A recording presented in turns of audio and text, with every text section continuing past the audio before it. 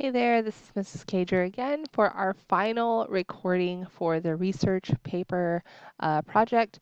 And this PowerPoint talks about the MLA guidelines and revising and editing for your final draft. So I am not going to talk through all of the MLA guidelines. It's more of kind of a handbook at the beginning of this PowerPoint.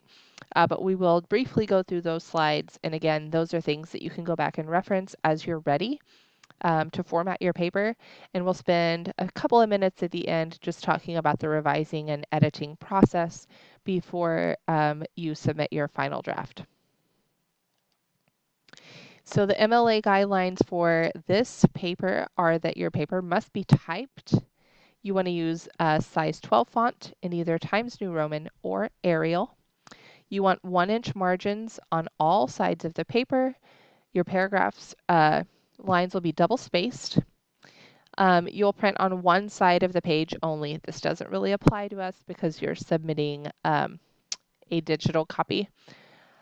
You do want a heading that appears on the first page on the top left side. This will include your name, the teacher's name, the class title, and the date. And your header should be 1/2 inch from the top of the page with your last name and page number only. So all of these things are broken down into a step-by-step process on the following slides. So if you don't know how to do some of these things, don't freak out.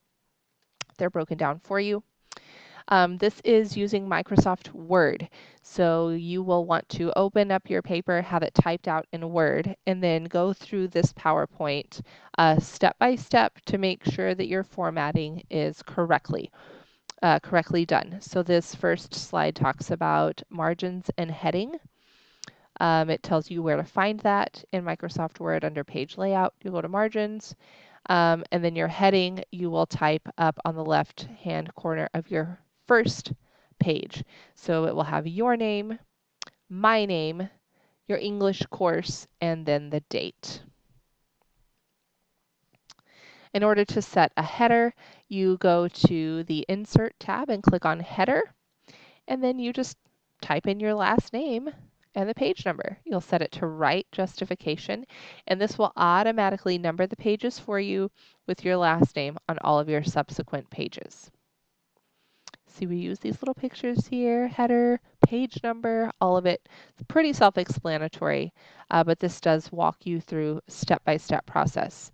To set your spacing, to set your page for double spacing, you'll click the little drop-down arrow in the bottom corner of the paragraph section, and this little box will open up. You are going to go to line spacing, click the drop-down, click double, and then over here on this little before box, you're going to set it to 0.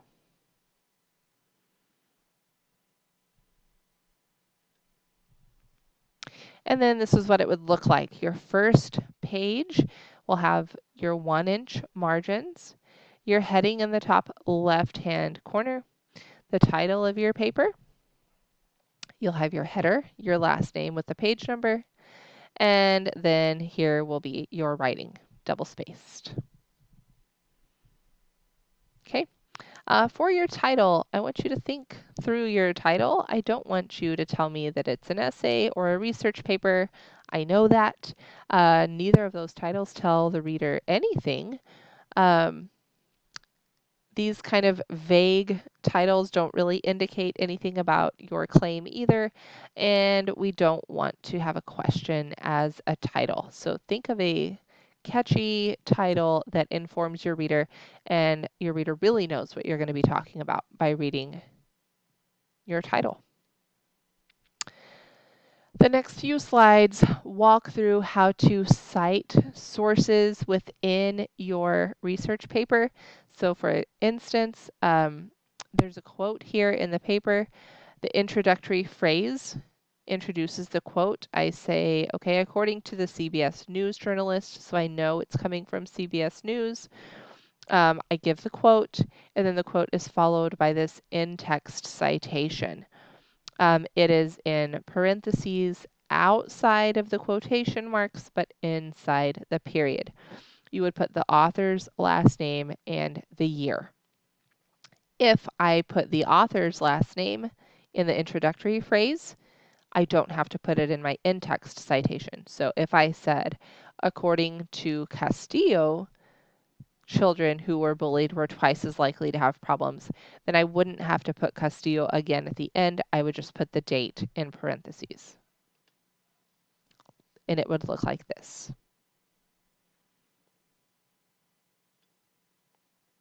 Okay, here's how your in-text citations work.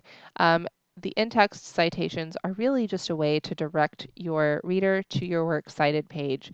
So by citing the quote at the end of the quote with the last name, that tells me in your works cited page where I'm looking. So in your paper, you would just have the last name. But then I can go look at your works cited page and see, oh, Wong said that. Okay, here's the citation for Wong, and it gives me the full citation.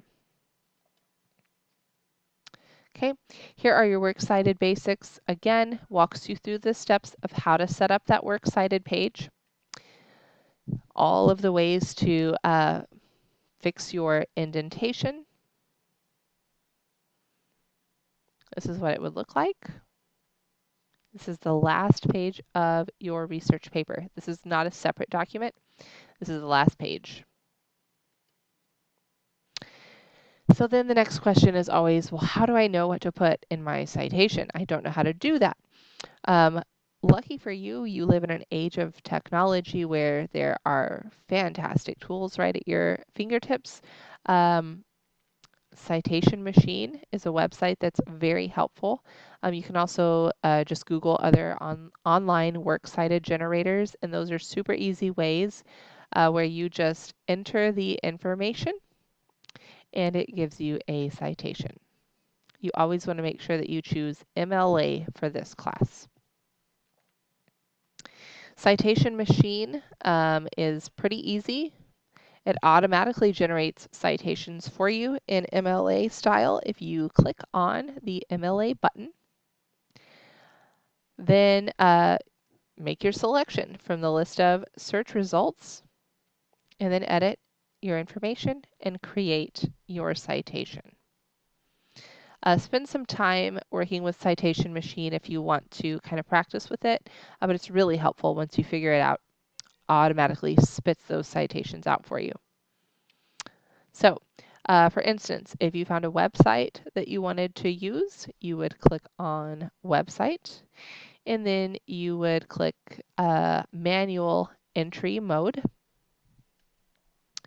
Then it's going to ask you all of this information. So you would fill in the title and the authors, fill in as much information as you can. Then you would fill out the information like the website title, the publisher, the date that you the date that the website was published, and the date that you visited it. In most cases, the URL is not necessary unless that's the only way to find the source. So you can put the URL if you want to. Then you're going to click Next, and when you click Next, it's going to spit the citation out for you. You just copy it, and then you would paste it into your works cited page. Revising and editing is, remember the grooming phase of our paper? We talked about that poor messy hairy pup in drafting. Now we're going to do some revising and editing and make it a pretty, groom that puppy, make it a pretty little pup. So arms is what I like to use for revising, cups for editing. So when we're talking revising, this is where we are adding sentences and words and removing unnecessary sentences and words. We might move a sentence or word placement, and we can substitute words or sentences for others. These are all revision type items. For editing, we're looking for things like capitalization, usage, punctuation, and spelling. So some directions, some helpful tips to help you with revising and editing are to read your draft aloud. Yes, read it out loud. This helps you identify problems with noun and verb agreement, with run-on sentences or fragments. A lot of times when we're reading silently, our brain kind of auto-corrects things for us, and we may have a mistake, but our brain kind of auto-corrected and we don't catch it. If we're reading out loud and we hear ourselves, we can hear that something didn't sound right, and now I can recognize the problem and go through and fix it. I like to use different colors when I'm revising and editing, so I like to use red for my revision, where I'm adding sentences, removing sentences, replacing words, and then I like to use blue to edit my other things like capitalization, punctuation, spelling. Another thing that is super helpful and is free is Grammarly. So you can go to grammarly.com. You can copy and paste your entire paper into their platform and run a editing check on it, and it will give you all sorts of information. The free version is pretty good.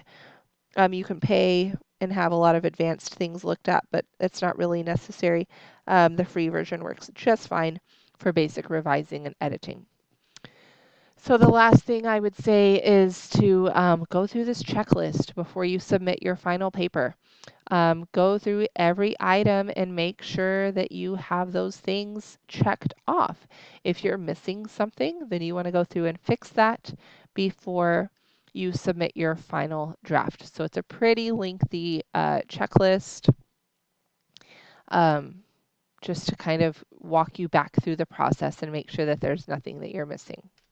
So at this point, when you finish all of those steps, you have done your planning, you've found your evidence, you have drafted and edited and revised and redrafted, and you have your paper perfectly formatted in that MLA style, and you're pretty sure you've eliminated all of your mistakes, then you are ready to save that final draft and upload it for grading. Way to go, guys. This is a monster assignment. It's a killer way to start the semester, but you did it and you got it out of the way. So great job. Get it submitted.